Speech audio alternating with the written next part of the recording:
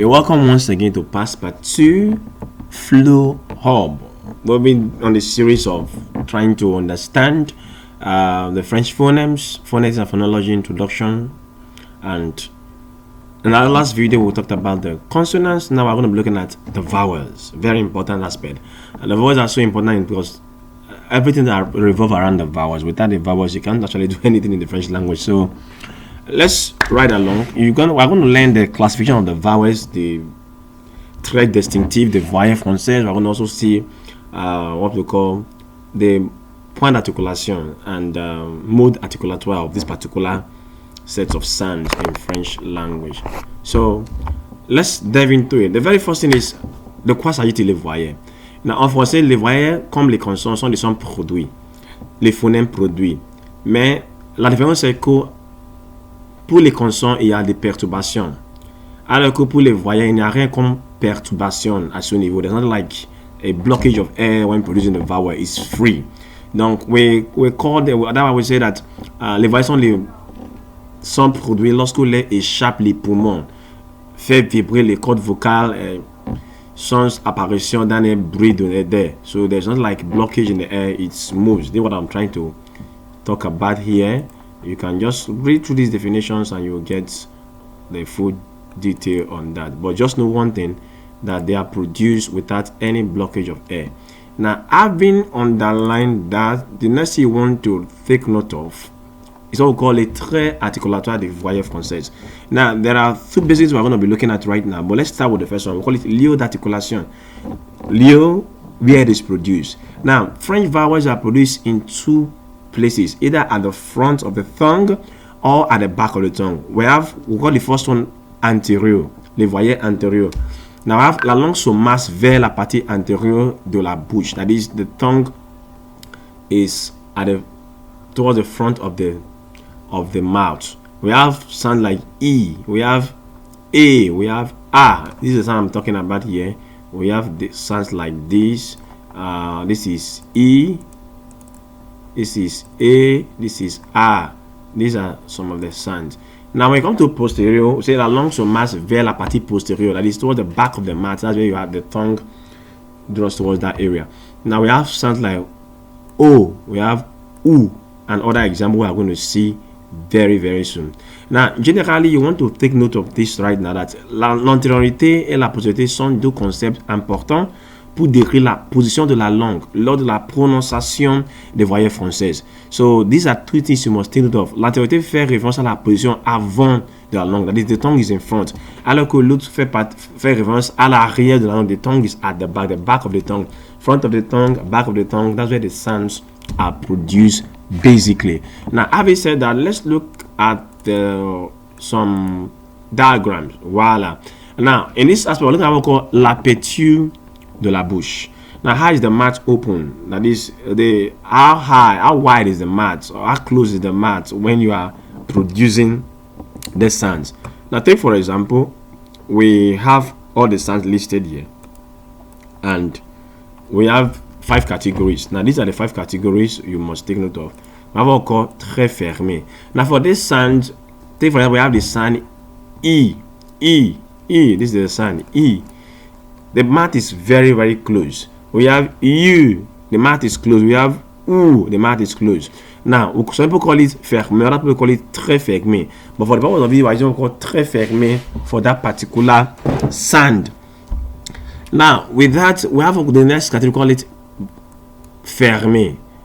Some people call it mi-fermé. Now, for fermé, we have sounds like A, O, O. Those are, that is, the lip is not as close as the first sounds I pronounce. Now, for moyenne, now the diagram for moyenne is not here. Only one sound belongs to that particular sound, and that's the sound. Some people call it O and stab or O caduc. This is the sound in French. This is the sound like in French. So that will call that sound moyenne. So we'll come to other criteria later. Then the next one is what called ouverte. Some people call it mi-ouverte also. We have sounds like we have sounds like we have sounds like O. Those are the 3 sounds that are ouverte. Then we have for très ouverte, which other people call ouverte. Now we have A. We have A. Those are the sounds, these two sounds. So the rest sounds you have here, those are for voyelle nasal. We have time, we'll look through them possibly.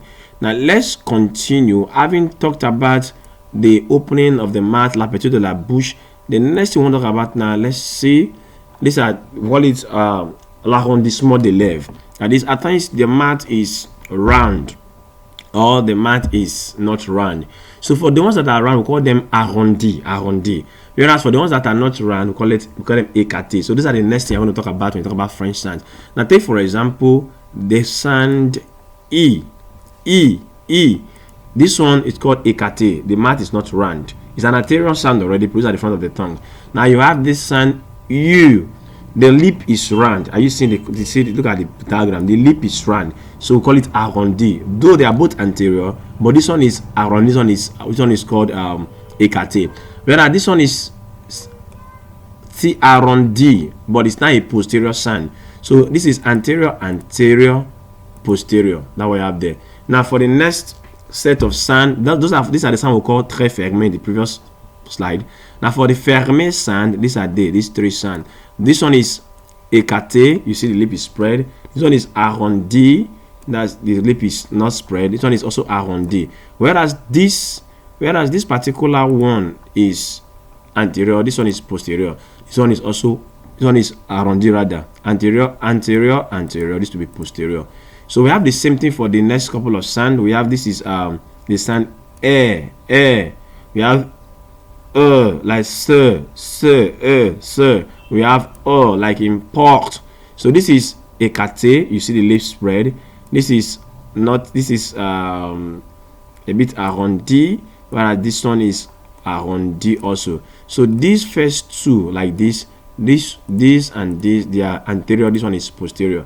So those are the sounds, and you can classify them what I call l'ouverture, la fermeture de la bouche.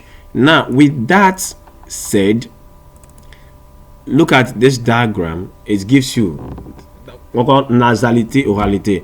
Now, for these four sounds here, these are called the nasal sounds. We saw them in the other diagram, but we didn't pay attention to them.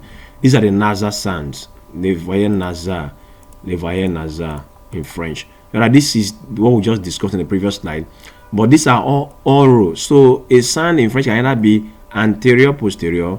It can be arrondi or écarté. It could be fermé, très fermé. It could be moyen. So these are the sounds. Look at the diagram. Look at the sound. These are those particular sounds. So the diagram explains what I've explained earlier in the previous slide. So as you look at the diagram, you're going to find out that okay, this first line is très fermé. You have E. You have your U, we have your U. Now this one's anterior, posterior. This is écarté, this is arrondi. Now this is fermé, this is A, this is E, this is O. This one is écarté, this one is arrondi. This one is anterior, this is anterior, this is posterior. Now this is the sound I told you about the other time. Moyen, this one, see it at the middle there. And this is the ouverte. We have air, we have we have o, we have in pair, se, and then you have porte, ot.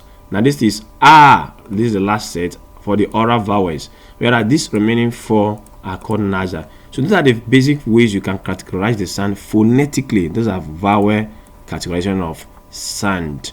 Now let's look at the one more thing before we put this video to close. Now everything is captured here. This is the diagram capturing everything, all the information about whether it is anterior, posterior, écarté, arrondi, très fermé. You see it here for the sounds particularly. So we are going to stop this video here, and then hopefully we'll create another video where we're going to discuss what we call semi-voyelle, semi-consonant. But until then, I just want you to, if you're not hitting the subscribe button, make sure you do that, and I'll see you in the next video on the semi-vowels, the semi-consonant. I'm going to take maybe like 5-10 minutes. I want to talk about that in details. So see you in the next video.